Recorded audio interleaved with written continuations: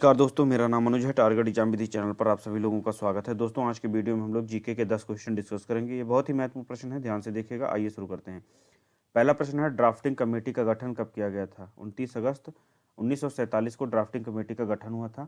इसे ही हम लोग प्रारूप या मसौदा समिति भी कहते हैं।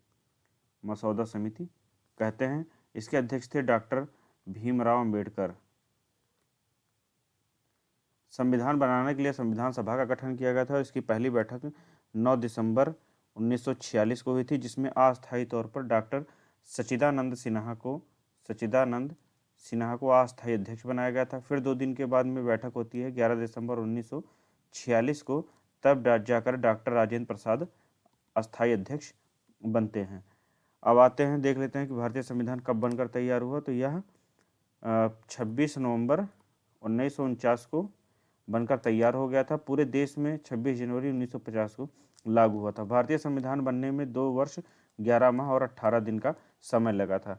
संविधान बनाने में संवैधानिक सलाहकार के रूप में BN राव जी को नियुक्त किया गया था। BN राव संवैधानिक सलाहकार बने थे। नेक्स्ट क्वेश्चन देखते हैं।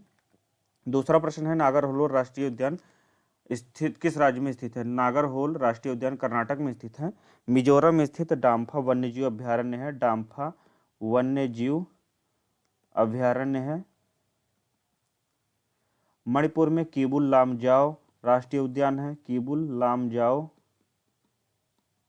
राष्ट्रीय उद्यान है। तेलंगाना में आपका पाखाल वन्यजीव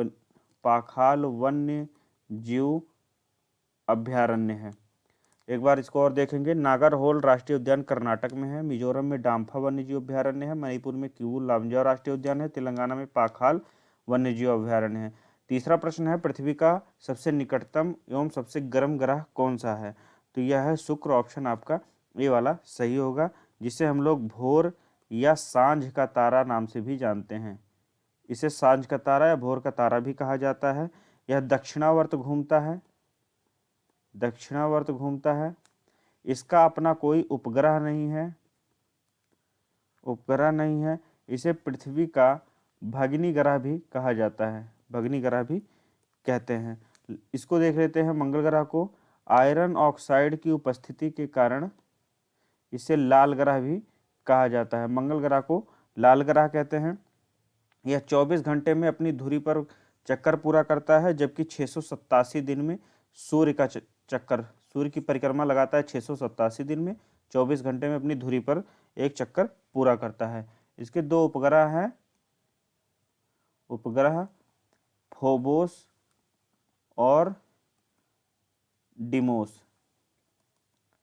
सौरमंडल का जो सबसे बड़ा ज्वालामुखी है उसे कहते हैं ओलिपस मेसी। वो भी मंगल ग्रह पर ही स्थित है। सौरमंडल का सबसे बड़ा सबसे ऊंचा पर्वत निक्स ओलंपिया है। यह निक्स ओलंपिया हिमालय से भी 3 गुना ऊंचा है। यह भी मंगल ग्रह पर ही स्थित है। एक बार और देखेंगे। मंगल ग्रह पर आयरन ऑक्साइड की उपस्थिति है, जिसके कारण इसे लाल ग्रह कहते हैं। 24 घंटे में अपनी धुरी पर एक चक्कर पूरा कर लेता है, जबकि 687 दिन में सूर्य की परिक्रमा पूरी करता है। इसके 2 उपग्रह हैं, फोबोस और डिमोस। सौरमंडल का सबसे ऊंचा ज्वालामुखी ओलिपस मेसी मंगल ग्रह पर स्थित है, और सौरमंडल का जो सबसे ऊंचा पर्वत है निक्स ओलंपिया, यह भी मंगल ग्रह पर ही स्थित है। बृहस्पति सौरमंडल का सबसे बड़ा ग्रह है, और सबसे बड़ा उपग्रह गैनीमीड, या जिसे हम लोग गैनीमीड के नाम से जानते हैं, ये भी बृहस्पति का ही है। नेक्स्ट क्वेश्चन देखते हैं दोस्तों। बृहस्पति 10 घंटे में अपनी धुरी पर चक्कर पूरा करता है, और सूर्य की परिक्रमा करने में इसे 12 वर्ष लगते हैं। चौथा प्रश्न है, अंतर्राष्ट्रीय मातृभाषा दिवस किस दिन मनाया जाता है? यह 21 फरवरी को मनाया जाता है। ऑप्शन आपका ये वाला सही होगा। 20 जून को विश्व शरणार्थी दिवस मनाते हैं। विश्व शरणार्थी दिवस 20 जून को मनाया जाता है। 14 जून को विश्व रक्तदान दिवस होता है। 7 अप्रैल को विश्व स्वास्थ्य दिवस होता है। नेक्स्ट क्वेश्चन देखते हैं। निम्नलिखित में से किस राज्य की विधानसभा में सर्वाधिक सीटों की संख्या है? तो उत्तर प्रदेश में 403 सीटें हैं, विधानसभा की सर्वाधिक हैं। और गोवा में 40 हैं। सिक्किम में आपका 32 है। और मिजोरम में भी आपका 40 है। दोस्तों जो विधानसभा सीटों की संख्या है मैक्सिमम आपकी 500 हो सकती है और मिनिमम 60 हो सकती है, लेकिन गोवा, मिजोरम और सिक्किम ये तीनों अपवाद हैं, क्योंकि इन तीनों को अनुच्छेद 371 के तहत विशेष राज्य का दर्जा देकर यह व्यवस्था बनाई गई है। अनुच्छेद 332 में एससी और एसटी के लिए विधानसभा में सीटें आरक्षित की गई हैं। अनुच्छेद 332 के अंतर्गत है, याद रखिएगा। अब कुछ राज्यों की बात जान लेते हैं जिनमें विधानसभा सीटों की संख्या एग्जाम में पूछ सकता है। जैसे वेस्ट बंगाल है, इसमें 294 सीटें हैं। महाराष्ट्र में 288 सीटें हैं। बिहार में 243 सीटें हैं। और तमिलनाडु की बात करें तो यहाँ 234 सीटें हैं। एमपी में 230 सीटें हैं और कर्नाटक में 224 सीटें हैं। राजस्थान में आपका 200 सीटें हैं। ये एग्जाम में पूछ सकता है, याद रखिएगा। नेक्स्ट क्वेश्चन है आपका 6वां प्रश्न, कौन सा अनुच्छेद कारखानों आदि में बच्चों द्वारा काम करवाने पर प्रतिबंध लगाता है? तो जो शोषण के विरुद्ध अधिकार है वह 23 और 24 में है, जिसमें 23 में कहा गया है किसी व्यक्ति से आप जो है किसी व्यक्ति को बलात्कार और खरीद फरोख्त नहीं कर सकते, बेच नहीं सकते, उसको खरीद नहीं सकते। और जो 24 है वह बालकों के नियोजन का प्रतिषेध करता है, अर्थात कारखानों में जोखिम भरे स्थानों पर किसी भी छोटे बच्चे से आप काम नहीं ले सकते। ऑप्शन आपका सी वाला सही होगा, अनुच्छेद 24। 16 में लोक नियोजन के विषय में अवसर की समता है। लोक नियोजन के विषय में अवसर की समता है। अनुच्छेद 26 में दोस्तों धार्मिक कार्यों के प्रबंध की स्वतंत्रता है। धार्मिक कार्यों के लिए प्रबंध की स्वतंत्रता है। 24 में आपको मैंने बताया। अनुच्छेद 41 में कुछ दशाओं में